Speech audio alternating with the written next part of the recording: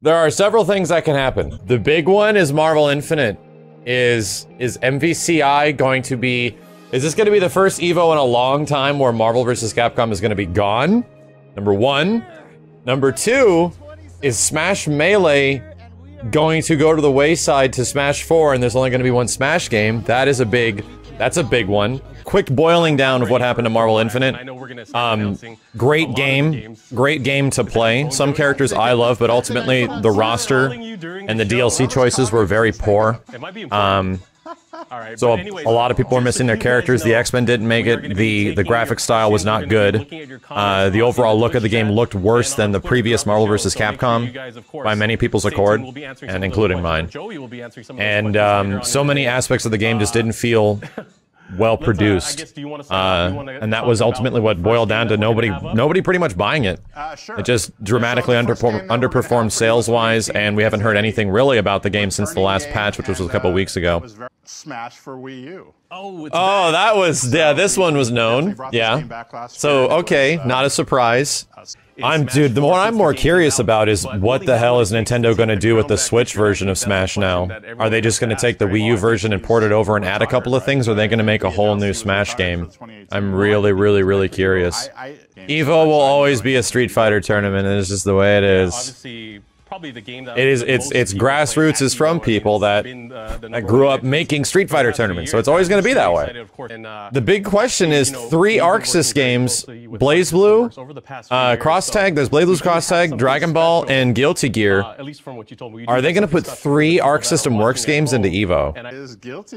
Wow! Wow, dude, there is going to be 3 Arc System Works games at EVO this year. This is the EVO, this is the anime fighting EVO. That is absolutely what it is. Like, if there has ever been a time for people to be celebrating the fuck out of being an anime fan, like an anime fighting game fan, holy shit, dude. Arc System Works is controlling like 1/3 of the EVO games, most likely. So Injustice 2 is back. Not surprised at all. Definitely not my personal favorite NetherRealm game, but it's still a great game. Oh god, the Marvel hat's gone! Oh no! The Marvel hat's been replaced by generic blue hat. Who is this blue hat? Super Smash Bros. Melee. Okay! So we're very happy to Of course it was gonna be there! You all thought it wasn't! You all thought Melee wasn't gonna make it! Of course you did! You all thought Melee wasn't gonna make it! Of course it does! And you know what? Here's the simple matter of the fact. Smash Brothers brings in way too many numbers. The Smash Brothers audience is way too big to ever be ignored. Too many people register and sign up and watch Melee. That is ultimately what is always going to happen. That is always going to happen. Wildly popular newly released game, Dragon Ball FighterZ. Of course! This one was the most given. But the question is, at the end of this, is that it? Further past 8 games, because 3 oh god. these games could reach many thousands of oh, he's confirming it. Oh man. It's really weird not to have a Marvel game there now. It's really weird. Look at that big empty slot in the middle. It is a hella anime EVO, dude. 3 out of the 8 games are anime games.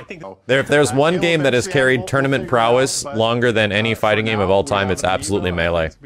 Absolutely. You can say like Third Strike or Super Turbo or something, but like in terms of like entrance and popularity and how many people know its existence, dude, it's impossible, dude. This game just won't fucking die. Melee is gonna keep going on for another 80 years. There's gonna be 7 more Smash Brothers games, and there's still going to be Melee at EVO. It won't be Smash, they won't have Smash 4, or Smash 5 or 6, they'll have Smash 8 and Melee. But no one will play Melee HD because even in Melee HD, it'll still have a, like, half frame of delay that's built into the Switch or something that no one wants to deal with. That screws up everyone's movement, mobility, and combos. Marvel just, we know it was on a slippery slope and it had a lot of competition going forward, and it just kind of fizzled. It's not to talk smack on Marvel or anything. It's always been a great game for EVO. It's had What he's saying isn't not true. Yeah, I'm glad they're at least acknowledging it. Even though it's a side tournament doesn't make it like bad at all. Like KI will have a side tournament, like all these other games will have side tournaments. KOF will have a side tournament. All that is true, but it's the precedence of the situation. It's the precedence that it is not a showcase title, that is not amongst, you know, the 8 games that are going to be there. That's pretty much it. And the funniest thing is that earlier today, the Capcom CEO released a letter, not specifically addressing Marvel Infinite, but addressing Marvel Infinite and Dead Rising in terms of like poor sales and poor game quality. That some of their titles need more polish, and they need to like focus on making those games more polished. I have a question because I know it's come up. Which is good. They should know that they fucked up hard with Marvel Infinite. They should know that a lot of that game did not satiate fans in any way at all. They're so goddamn lucky it's as fun to play as it is, but I really wish I lived in a world where Marvel Infinite was, where everything about Marvel Infinite was awesome. I really do. I really do. And that doesn't even take away from Dragon Ball. Like, Dragon Ball would have already been awesome, but I just wish we lived in a world where Marvel Infinite got all the characters we kind of wanted and looked really cool. What's super unfortunate is that it's still the fighting game that's my favorite to play right now. It's still my favorite fighting game of, like, since Killer Instinct. It's so good. That's the part that hurts the most, is that I just want them to fucking fix it, man. My biggest personal hope is that they're taking like a huge break and they're taking a giant step away to reevaluate the situation, because in my personal opinion, they need to separate themselves from all of this. Like, they need to separate themselves from the bad marketing and the poor, very poor launch of that game. So yeah, Dragon Ball is going to be the biggest game this year, in my opinion. Of all these games, Dragon Ball is the only new game outside of BlazBlue, and DBZ has way too much excitement, and guess what's going to be happening leading up to this? We're going to be getting even more stuff for Dragon Ball. And you know what? Dragon Ball deserves it, because Dragon Ball did everything it possibly could to make fans happy. It means more for Capcom to try to fix the situation.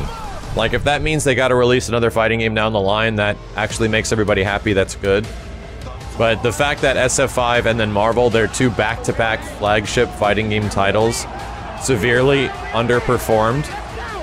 Street Fighter V has definitely had a resurgence, but the fact that MVCI is being left in the state that it's in, and if they leave it in the state that it's in and then just drop it completely,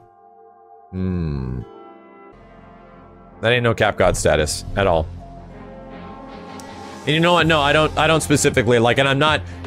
It would have been more surprising if Marvel Infinite was actually there. I feel like that would have caused even more drama than it not being there, because MVCI being in the state that it's in, they need to convince people that they can still make awesome fighting games, because the last 3 fighting games Capcom has made were Cross Tekken, Street Fighter V, and Marvel Infinite, and all of them have had a pretty goddamn rough lifetime. Street Fighter V is in the best case scenario that it's in right now, but holy shit, if we're talking about MVCI and Cross Tekken, pretty much the exact same thing happened. Like, problems, dude. Right now, Namco and Arc System Works are pretty much running it, dude. They are fucking running it. Soul Calibur on the horizon. I've played it and it's like fucking awesome. So who knows? I really don't know. The gem curse. Yeah, it's Curse of the Gems. Something weird, man.